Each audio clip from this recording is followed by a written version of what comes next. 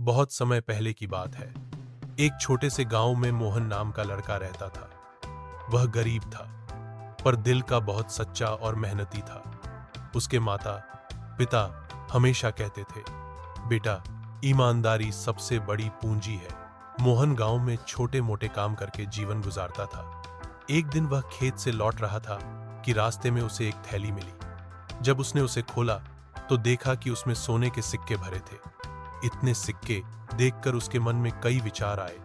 वह अपनी झोपड़ी ठीक कर सकता था, मां का इलाज करा सकता था और पढ़ाई भी कर सकता था। लेकिन तुरंत ही उसे अपने माता पिता की सीख याद आई। उसने सोचा, यह धन मेरा नहीं है, अगर मैं इसे रख लूं तो यह चोरी होगी। यह सोचकर वह थैली लेकर सीधा गांव के सरपंच के पास पहुंचा और पूरी बात बता दी। सरपंच ने गांव में ऐलान कराया कि जिसकी थैली खोई है वह आकर पहचान कर ले।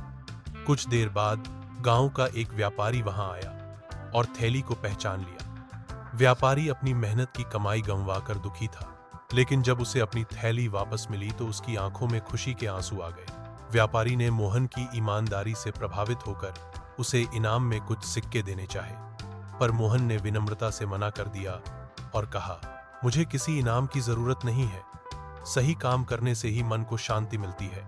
व्यापारी उसकी सच्चाई से इतना प्रभावित हुआ कि उसने मोहन की पढ़ाई का पूरा खर्च उठाने का वादा किया। साथ ही उसकी मां का इलाज भी कराया। धीरे धीरे मोहन ने पढ़ाई कर बड़ा आदमी बनकर गांव का नाम रोशन किया। गांव के लोग अपने बच्चों को उसकी कहानी सुनाकर कहते, देखो, ईमानदारी का फल हमेशा मीठा होता है।